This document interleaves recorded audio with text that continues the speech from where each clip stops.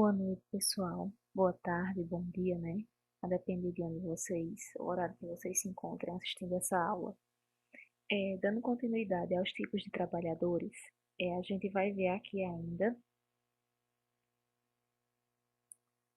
né, o trabalhador doméstico e o servidor público. Não consta aqui no esquema de vocês o teletrabalhador, tá?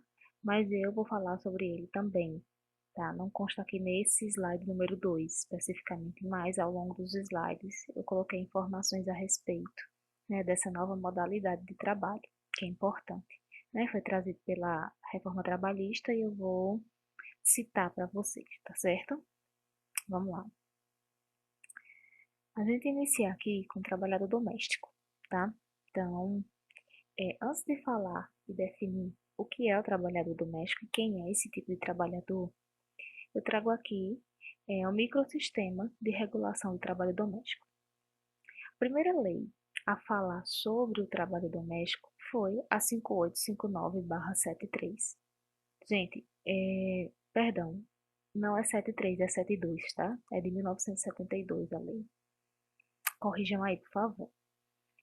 E essa lei, ela definia, né, quem era o trabalhador doméstico, né, quais as características que o trabalhador doméstico ele tinha que ter, né, para assim ser considerado. Ao passo que existia a 585973, a Constituição de 1988, no artigo 7º, né, que fala sobre os direitos dos trabalhadores urbanos e rurais, após a emenda constitucional 72 de 2003, veio, né, trazer os mesmos direitos desses trabalhadores urbanos e rurais aos trabalhadores domésticos, tá? Nesse parágrafo único. Entretanto, o parágrafo único desse artigo 7º, ele traz esses direitos, mas ele traz de forma diferenciada, né? Alguns direitos, como por exemplo, o direito ao salário mínimo ser o mínimo vigente, é um direito de imediato atendimento, né, de imediata implantação. Já os direitos relativos, por exemplo, a FGTS, INSS, né, hora extra, são direitos, né, que dependem de regulamentação por lei posterior, apesar de estarem previstos, né, no parágrafo único do artigo 7º da Constituição Federal. E, gente, posteriormente a essa mudança trazida pela Emenda Constitucional, né, de 2013, surgiu a Lei Complementar 150 de 2015. Essa lei complementar, ela revoga lá a Lei 5859/72, tá? Botei 73, mas por favor, é de 1972. E essa Lei Complementar 150, ela revoga, tá? Essa lei, ela traz um novo conceito de trabalhador doméstico, tá? E aí eu vou trabalhar o conceito trazido pela Lei Complementar 150 de 2015, tá, gente? Já que a lei, né, 5859, ela foi revogada. Então, vamos lá. Antes de falar sobre o conceito trazido por essa lei, né, pelo que está no artigo 1º da Lei Complementar 150 de 2015, eu quero tratar com vocês a respeito da importância do artigo 19 dessa mesma lei, tá? Essa lei, ela vem trazendo todos os direitos e as obrigações, né? E vem regendo ali o trabalhador doméstico e o trabalho doméstico de forma geral. Entretanto, ela é extremamente importante porque ela fala sobre a possibilidade de aplicação da CLT ao trabalhador doméstico como se ele fosse empregado. Tanto é que alguns doutrinadores, né, utilizam o trabalhador doméstico, não chamam de trabalhador doméstico, chamam de empregado doméstico, tá? Justamente porque o artigo 19 da Lei Complementar 150 de 2015 traz a possibilidade, né, de ser aplicável os artigos da CLT a esse tipo de trabalhador, né? Entretanto, tem aqui algumas ressalvas, tá? Vou ler aqui para vocês o artigo 19, para que fique claro, Observadas as peculiaridades do trabalho doméstico, ou seja, a forma como esse trabalho doméstico é exercido, tá? A ele também se aplicam as leis 605, que fala sobre repouso semanal remunerado, a lei 4090, que fala sobre o 13º salário, a lei 4749, que também fala sobre a aplicação do 13º salário, pagamento dos prazos, a lei 7418 de 85, que fala sobre o vale transporte. Então, toda essa legislação que é aplicável ao empregado, né, seletista, ela também é válida para o trabalhador doméstico, tá? Por que que não vou chamar o trabalhador doméstico de empregado? Porque nem todos os dispositivos da CLT são aplicáveis ao trabalhador doméstico. Então, ele não é um empregado. Ele é um trabalhador doméstico com algumas ressalvas, né, algumas benesses da aplicabilidade da CLT, tá? E por fim, gente, diz que subsidiariamente, né, também é aplicável à CLT. Então, além dessas leis que eu falei para vocês, eu falo sobre a CLT. Mas é importante ressalvar que a aplicação da CLT ela só vai ser, né, aplicável à relação de trabalho doméstico e ao trabalhador doméstico quando a Lei Complementar 150 de 2015 mandar. Exemplo, lá no artigo 25 dessa lei complementar, fala sobre a empregada gestante, né, que ela tem direito à licença maternidade, que ela tem direito à estabilidade provisória, tá? Assim como a empregada seletista também tem esse direito lá previsto na CLT. Então, quando a Lei Complementar 150 de 2015 mandar, né, que sejam aplicados dispositivos da CLT na relação de trabalho doméstico, então é possível que a CLT, né, seja aplicável. Também, tá? Quando houver lacuna dessa lei complementar. Ou seja, eu não tenho, existe alguma situação, né, de trabalho doméstico, eu não tenho nessa lei complementar, né, dispositivo que vá reger essa situação. Então, eu vou lá na CLT e busco de forma subsidiária, né, diante da lacuna da lei complementar, aquele dispositivo que se adequa melhor, né, naquela situação em que eu tenho trabalho doméstico. E por fim, gente, lembrando que, além dessa lacuna, tem que também haver compatibilidade da norma seletista à situação do trabalhador doméstico, tá? Então, por exemplo, hora extra. Hora extra é uma coisa muito confusa nessa relação doméstica, porque o empregador, ele é uma pessoa física necessariamente, ele é uma família. Então, você não tem um relógio de ponto dentro da sua casa para que a sua empregada doméstica venha, né, e bata o ponto todos os dias, né? Então, é inviável você ficar anotando o horário que ela entra e o horário que ela sai. Enfim, eu não tenho uma compatibilidade da norma seletista, né, à situação do trabalho doméstico, muitas vezes. Então, em não haver essa compatibilidade, né, pode haver lacuna. Se não houver a compatibilidade, não é possível a aplicabilidade da CLT.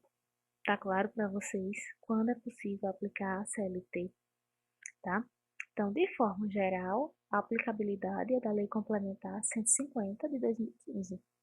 Mas, em alguns aspectos, quando a lei mandar ou na lacuna dessa lei, havendo compatibilidade, né, entre a norma seletista e a situação em que eu tenho trabalho doméstico, é possível utilizar-se dos dispositivos da CLT, né, para adequar aquela situação existente que envolva o trabalhador doméstico. Tá ok? Então, a Lei 150 de 2015, né, ela revoga a Lei de 72 e ela traz um novo aparato, né, de dispositivos normativos que vão reger a relação onde eu tenho um trabalhador doméstico, né, onde eu tenho um trabalho doméstico necessariamente. Então, passado essa primeira parte, em que eu explico para vocês a respeito dos microsistemas e da legislação pertinente a esse trabalho doméstico, vamos ao conceito do que é trabalho doméstico, né? O que é esse trabalho doméstico? Né? Trabalhador doméstico, conceito legal. Está lá no artigo 1º da Lei Complementar 150. Ao empregado doméstico, ó, ele fala em empregado, tá vendo? Né? Embora eu discorde, eu acredito que seja o mais correto chamar de trabalhador, mas a própria lei chama de empregado e alguns doutrinadores também. Ao empregado doméstico, assim considerado aquele que presta serviços de forma contínua, subordinada, onerosa e pessoal, e de finalidade não lucrativa à pessoa ou à família, no âmbito residencial destas por mais de 2 dias na semana, aplica-se o disposto nessa lei. Ou seja, empregado doméstico, trabalhador doméstico, é quem se enquadra nesses requisitos. Parágrafo único. É vedada a contratação de menor de 18 anos para desempenho de trabalho doméstico, de acordo com a Convenção número 182 de 99 da OIT, né, que é a Organização Internacional do Trabalho, e com o Decreto 6481 de 2008. Então, vamos lá. Trazendo aqui os requisitos, tá, para que haja o enquadramento do trabalhador com o trabalhador doméstico. Primeiro, ele tem que ser um agente plenamente capaz. O que é um agente plenamente capaz? É aquele que é maior de 18 anos, né? Aquele que já completou a maioridade. Por quê? Por força da Convenção 168, né, da Organização Internacional do Trabalho, que é internalizada no ordenamento jurídico brasileiro. Ela está prevista no decreto 3597 de 2000, tá, gente? Só um adendo aqui para vocês, que qualquer convenção ou tratado internacional, né, que o Brasil celebre junto a outros estados, quando esse tratado ele vem para ser internalizado no ordenamento jurídico, ele sempre é internalizado em forma de decreto. Então, essa Convenção 68 da Organização Internacional do Trabalho, a chamada OIT, ela é, tá, o mesmo decreto 3597 de 2000. E também, gente, pelo decreto 6481 de 2008, né, esse decreto estabelece as piores formas de trabalho infantil. E dentre essas piores formas de trabalho infantil está o trabalho doméstico, né, realizado por menor de 18 anos. Então, há essas proibições, e diante dessas proibições é que eu trago um requisito fundamental, né, para o conceito de trabalhador doméstico, que é aquele onde eu tenho um agente plenamente capaz.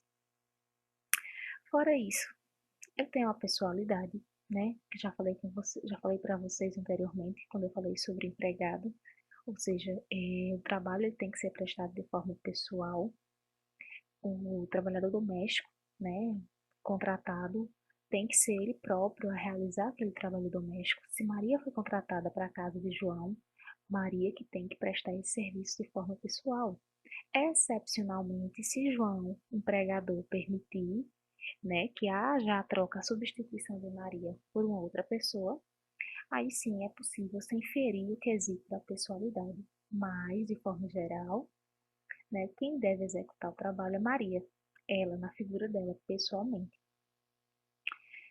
O requisito da continuidade, né? Continuidade é a não eventualidade. E no caso dos trabalhadores domésticos, o artigo 1º da Lei Complementar 150 de 2015 deixou bem claro que o trabalhador ele tem que exercer o seu trabalho, né, doméstico por mais de 2 dias, ou seja, de 3 dias em diante. A subordinação jurídica, né, que eu já falei também para vocês, quando eu falei de empregado, e aí vejam que eu tenho muitos requisitos aqui, né, que estão presentes no trabalhador doméstico e que caracterizam também o empregado, tá? Então, por isso que alguns doutrinadores entendem que o trabalhador doméstico é um empregado doméstico. A subordinação jurídica, né, como eu já havia falado, que é o fato do empregado, do trabalhador, né, se submeter às ordens do seu empregador, tá? Lembrando que essas ordens elas são relativas à execução do trabalho, à forma como esse trabalho vai ser desempenhado, e é de obrigação do trabalhador ou do empregado, né, obedecer a essas ordens, é o que a gente chama de subordinação jurídica, desde que essas ordens elas não estejam, né, contradizendo a legalidade da legislação. tá? Não seja algo ilícito. A onerosidade, ou seja, aqui o trabalho oneroso é aquele trabalho que tem uma contraprestação pecuniária, né? Tem um pagamento. Então, se tem algum trabalhador doméstico exercendo um trabalho não remunerado, não é um trabalho doméstico, né? E a não existência de finalidade lucrativa no âmbito residencial. Gente, essa é a característica mais importante. Ela que vai definir, eu acho assim, completamente quem é o trabalhador doméstico, né? Por quê? O trabalhador, trazendo aqui para vocês novamente, só um instante, conceito. No conceito de trabalhador doméstico, ele fala aqui, né, que é aquele trabalhador, né, que trabalha de forma contínua, subordinada, onerosa, pessoal, né, de finalidade não lucrativa a pessoa ou a família no âmbito residencial desta por mais de 2 dias por semana. Então, primeiro, ele tem que prestar serviço a uma pessoa física, necessariamente, tá? Ou a uma família, na residência dessa pessoa ou dessa família, né? E, essa família ou essa pessoa, ela não pode ter, né, finalidade lucrativa na sua casa. O que é isso? Exemplo, eu contrato um cozinheiro para minha casa. E aí o cozinheiro faz, né, bolos e faz doces. E aí eu vendo esses bolos e doces, né, para outras pessoas. Né? Eu utilizo do trabalho desse trabalhador inicialmente doméstico, né, para ter uma atividade lucrativa. Então, se eu faço isso, eu simplesmente não tenho um trabalhador doméstico, eu tenho um empregado, né? A relação de trabalho é completamente diferente, tá?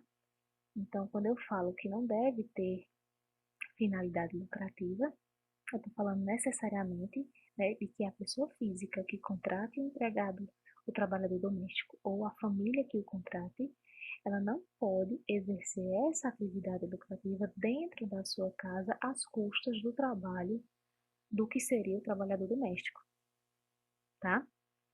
Ela até pode, né, ter dois vínculos de trabalho com esse trabalhador doméstico, né? Uma parte do dia ele faz o trabalho de casa, limpa, cozinha, passa, e depois ele, né, exerce o seu trabalho como empregado, né, fazendo os bolos, fazendo os doces para uma futura venda, né? Então eu posso até ter os dois tipos de vínculos trabalhistas, né, mas bem separadinhos, né, registrados na CTPS de forma diferente, tá ok? Então, isso é uma das principais características, né, que, que define o trabalhador doméstico e as relações de trabalho onde ele se insere, tá? Voltando aqui novamente para os requisitos com vocês.